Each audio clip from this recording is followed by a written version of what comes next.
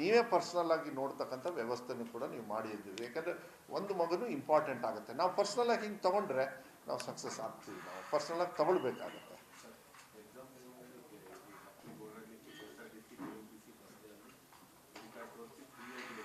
ಹಾಂ, ನೀರು ಹಾಂ,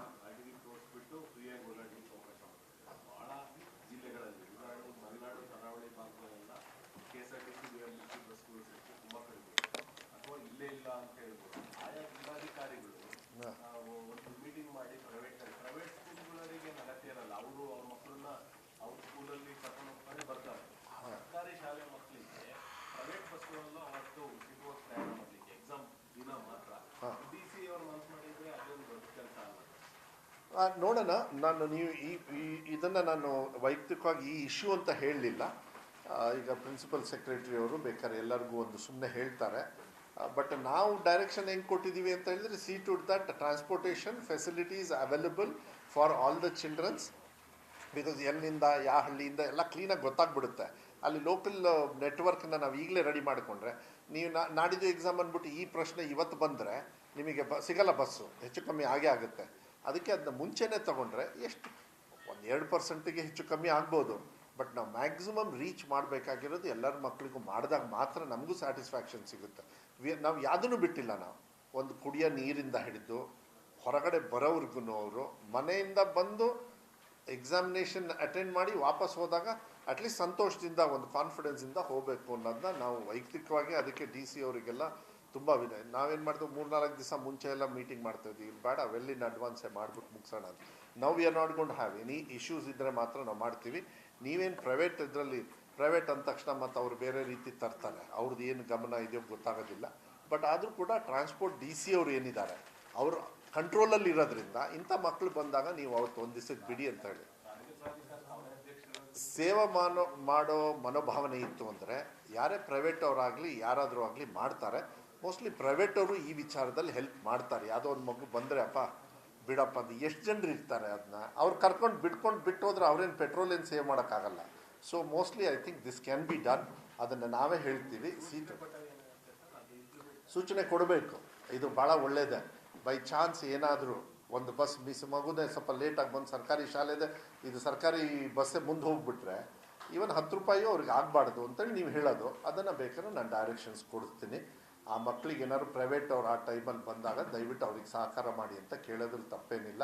ಕೆಲಸದ ಊರಲ್ಲಿ ಏನಾಗುತ್ತೆ ಚಂದ್ರಾಸ್, ನಮ್ಮ ಕಡೆ ಭಾಗದಲ್ಲಿ ಎಷ್ಟೋ ಜನರು ಆಟೋದಲ್ಲಿ ಕರ್ಕೊಂಡು ಬರ್ತಾರೆ, ಬಸ್ಸೇ ಹೋಗೋದಿಲ್ಲ, ರೋಡೇ ಸರಿ ಇರೋದಿಲ್ಲ ಕೆಲವು ಸತಿ. ಅದು ವಿಚಾರ ಇರುತ್ತೆ. ಅದಕ್ಕೆಲ್ಲ ಪ್ರಿಪೇರ್ ಆಗಿರ್ತಾರೆ. ಮೋಸ್ಟ್ಲಿ ಅದನ್ನೆಲ್ಲ ಅವರೇ ಅಡ್ರೆಸ್ ಮಾಡಿದರೆ ಒಳ್ಳೆಯದು.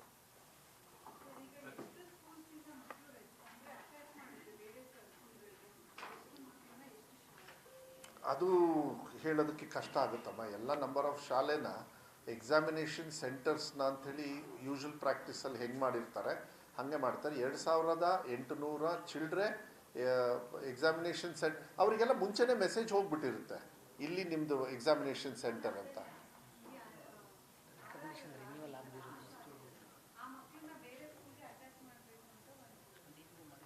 ಇಲ್ಲ, ಆ ಥರ ಏನೂ ಮಾಡಿಲ್ಲ ಅಲ್ಲ. As recognition renewal, the date has been extended till 31st March. So that question mostly doesn't arise, amma, because we have extended. MLC ಅವ್ರದ್ದು ಒಂದು ಕಮಿಟಿ ಮಾಡಿದ್ದೀವಿ, ತಮಗೆ ಗೊತ್ತಿದೆ. MLC ಒಂದು 5 ನಿಮಿಷ ಇರಿ, ನಾನು ಮುಗಿಸ್ತೀನಿ, ಆಮೇಲೆ ಕೊಡಲಿ. ಒಂದು 5 ನಿಮಿಷ ಅಷ್ಟೇಪ್ಪ.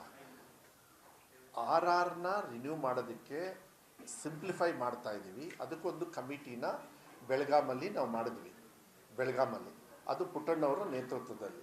ಸೊ ಅದು they are looking to the matter to simplify more. ಯಾರ್ಯಾರು RRನ ಇನ್ನೂ ರಿನ್ಯೂ ಆಗಿಲ್ಲ ಎಕ್ಸಾಮಿನೇಷನಲ್ಲಿ ನನಗೆ ಗೊತ್ತಿರೋ ಪ್ರಕಾರ ಆ ಥರ ಮರ್ಜಿಯಲ್ಲೂ ಮಾಡಿಲ್ಲ ಅಂದ್ಕೊಂಡಿದ್ದೀನಿ. ಆ ಥರ ಲೆಕ್ಕ ಲಾಸ್ಟ್ ಡೇಟ್ ಇನ್ನೂ ಇರೋದ್ರಿಂದ ಸರ್ ಅದು ಪ್ರಶ್ನೆ ಉದ್ಭವ ಆಗಲ್ಲ. ಇಲ್ಲ ಇಲ್ಲ ಸರ್, ಈಗ as honourable minister sir has shed recognition renewal the date 31st March ತನಕ ಎಕ್ಸ್ಟೆಂಡ್ ಮಾಡಿ. ಈ ಕ್ವೆಶ್ಚನ್ ಉದ್ಭವ ಆಗೋದಿಲ್ಲ. That's what. So our earlier recognition ಶಾಲೆನಲ್ಲೇ ಪರೀಕ್ಷೆ ಬರೆಯಲ್ಲ ಕಂಟಿನ್ಯೂ. ಸರ್, ಅದು ಏನಂದ್ರೆ ಇದು ರೊಟೀನ್ ಸಮಸ್ಯೆ ಅದೇನು ಹೊಸದೇನಲ್ಲ. ಆದ್ರೆ ನಾನು ಹೇಳ್ತೀನಿ, ಪ್ರತಿ ವರ್ಷ ಏನಾಗುತ್ತೆ ಇದೇ ತರ ಮಕ್ಕಳುಗಳಿಗೆ ಏನು ತೊಂದರೆ ಆಗದ ರೀತಿ ಡಿಪಾರ್ಟ್ಮೆಂಟ್ ನೋಡ್ಕೊಳ್ಳುತ್ತೆ.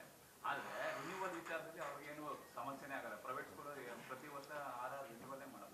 ಸಿ ಈಗ ಇನ್ನು ಸಿಂಪಲಾಗಿ ಹೇಳಿಬಿಡ್ತೀನಿ. ಸೊ ಸಿಂಪಲಾಗಿ ಒಂದು ವಿಲ್ ಕ್ಲಾರಿಫೈ, ಮುಂಚೆ ಅವರಿಗೆ RR ಏನು ಓಕೆ ಆಗಿತ್ತು ಅದೇ ಇಟ್ ಇಂಪ್ಲಿಫೈಸ್ ಇವಾಗಲೂ ಕೂಡ. ಬಟ್ ನೀವು RR ಬಗ್ಗೆ ಒಳಗಡೆ ಏನಿದೆಯಲ್ಲ, ಕೆಲವು ಈಗ ಫಾರ್ ಎಕ್ಸಾಂಪಲ್ ಯಾವಾಗ 1980ಯಲ್ಲಿ ಸ್ಟಾರ್ಟ್ ಮಾಡಿರೋ ಸ್ಕೂಲಿಗೂ ಕೂಡ ನೀವು ಪ್ಲ್ಯಾನ್ ಕೊಡೋದು ಇದ್ರದ್ದೆಲ್ಲ, ಈ ಸಮಸ್ಯೆಗಳನ್ನು we are simplifying the rules. ಅದು ಮೋಸ್ಟ್ಲಿ ಎಕ್ಸಾಮ್ ಆದಮೇಲೆ ಕಮಿಟಿಯವ್ರು ಏನು ರಿಪೋರ್ಟ್ ಕೊಡ್ತಾರೆ ಅದನ್ನು ಮೋಸ್ಟ್ಲಿ ನಾನು ಎಕ್ಸೆಪ್ಟ್ ಮಾಡ್ತೀನಿ. Because they are in touch, ರೆಗ್ಯುಲರಾಗಿ ಒಂದು 4-5 ಮೀಟಿಂಗ್ ಆಗಲೇ ನಮ್ಮ ಇಲಾಖೆಯಲ್ಲಿ ಜೊತೆಗೆ ಮಾಡಿದ್ದಾರೆ. ಬಟ್ ಯಾರ್ಯಾರಿಗೆ RR ರಿನ್ಯೂ ಆಗಿಲ್ಲ, they deem to be already ಆಗಿದೆ ಅಂತ ಹೇಳೇ ಹೋದ ವರ್ಷದ ಮೇಲೇ. ಯಾಕೆಂದರೆ ಎಲ್ಲದೂ ಕೂಡ ಪೆಂಡಿಂಗ್ ಆಗೇ ಇಟ್ಕೊಳ್ಳುತ್ತೆ ನೆಕ್ಸ್ಟ್ ಇಯರಿಗೆ ಮಾತ್ರ. ಸೊ ಯಾವುದೇ ಮಕ್ಕಳಿಗೂ ಕೂಡ ಎಕ್ಸಾಮ್ ಬರೆಯೋದಕ್ಕೆ ಏನೂ ತೊಂದರೆ ಇಲ್ಲ. ಹೋದ ಸಿಸ್ಟಮ್ ಏನಿದೆ ಅದೇ ಕಂಟಿನ್ಯೂ ಆಗುತ್ತೆ. ಅದನ್ನು ಕನ್ಫ್ಯೂಷನ್